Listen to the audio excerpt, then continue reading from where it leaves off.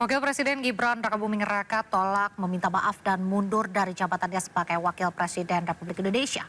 Gugatan 125 triliun rupiah terhadap Gibran tetap berlanjut ke tahap berikutnya.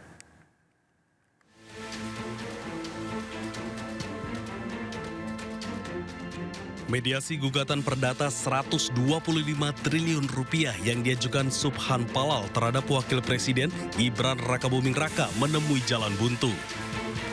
Gibran diwakili kuasa hukumnya menolak tuntutan Subhan untuk meminta maaf dan mundur dari jabatan Wakil Presiden Republik Indonesia.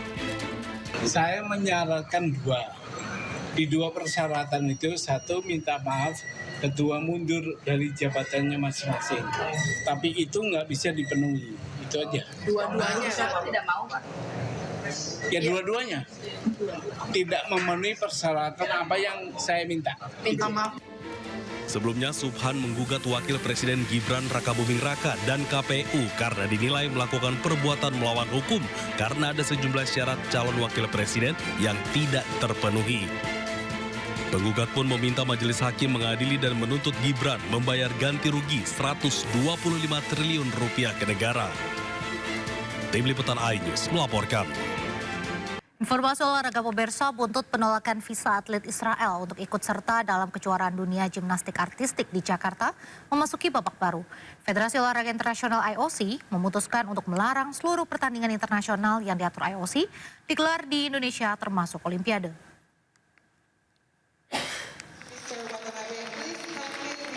Dewan Eksekutif IOC memutuskan untuk melarang Indonesia menggelar event olahraga di bawah payung IOC termasuk Olimpiade.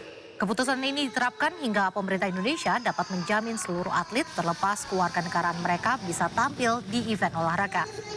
IOC juga merekomendasikan seluruh federasi internasional untuk tidak menggelar event atau pertemuan apapun di Indonesia hingga masalah ini terselesaikan. Keputusan diambil IOC dengan alasan agar tidak ada lagi diskriminasi terhadap atlet ke depannya.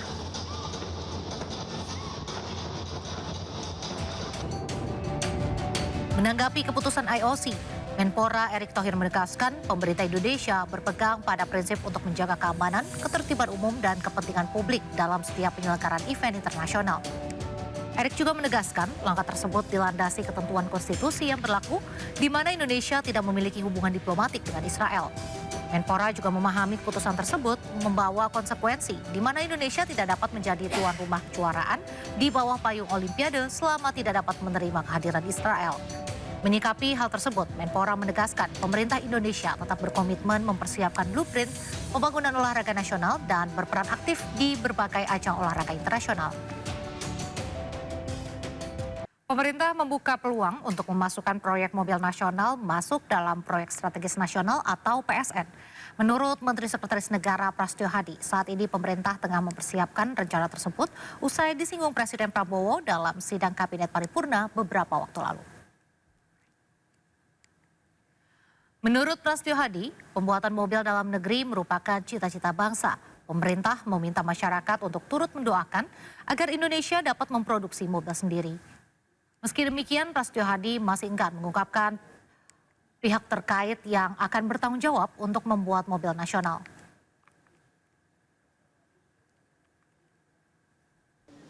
Nanti pada waktunya kita. Tapi kemungkinan untuk sedang persiapan, mohon doanya aja. Kita harus tetapkan dulu cita-cita dan target bahwa kita harus bisa dan mampu memproduksi mobil buatan anak bangsa sendiri. Tapi pasti masuk PSN. Ya nanti kita lihat. Rasa-rasanya Indonesia bakal punya mobil nasional produksi sendiri. Presiden Prabowo menargetkan mobil buatan anak bangsa akan bisa digunakan tahun 2028.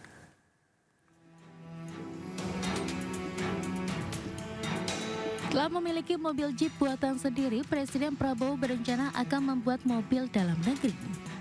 Proyek strategis pemerintahan Prabowo ditargetkan akan rampung dalam 3 tahun mendatang. Dalam rapat kabinet yang digelar Senin 20 Oktober 2025, Presiden Prabowo juga sebut pemerintah telah mempersiapkan alokasi anggaran hingga lokasi pabrik pembuatan mobil kebanggaan Indonesia ini. Kita mulai rintis, kita akan punya mobil buatan Indonesia dalam 3 tahun yang akan datang.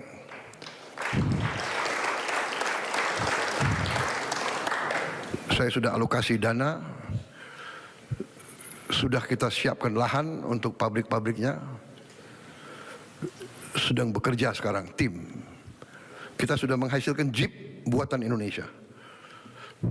Jadi sekarang pejabat-pejabat kita, perwira-perwira kita bangga, kita tidak pakai Jeep buatan negara lain. Kita pakai Jeep buatan Indonesia sendiri.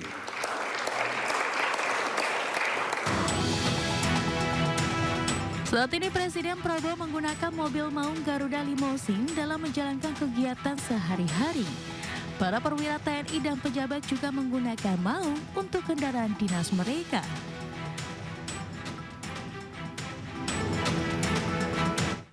Terima kasih masih di Sindo Malam. Pemirsa, mediasi antara peneliti kebijakan publik Bonat Wasilalahi melawan Arsip Nasional Republik Indonesia terkait ijazah Jokowi digelar. Tak ada kesepakatan dalam mediasi yang dilakukan oleh Komisi Informasi Pusat ini.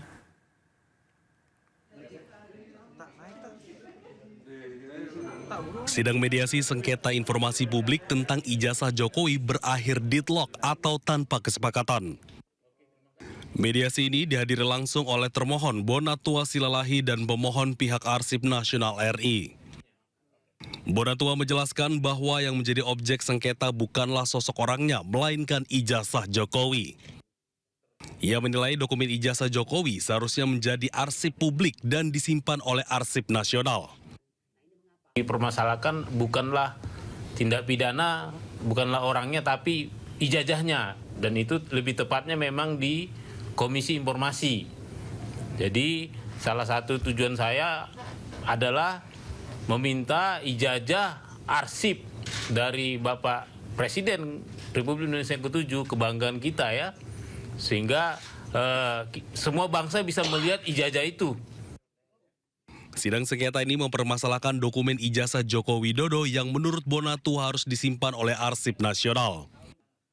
Meski demikian, hingga kini Arsip Nasional tak memiliki dokumen tersebut karena masih berada di Komisi Pemilihan Umum. Dari Jakarta, Nata Arman, Rama Romadona, iNews melaporkan. Ada saja drama yang tercipta setiap hari dari jalur kereta api KRL Jakarta. Cerita menarik hingga seram dan menggemaskan, terutama datang dari gerbong khusus perempuan. Nah, seperti apa ketegangannya? Berikut informasinya untuk Anda.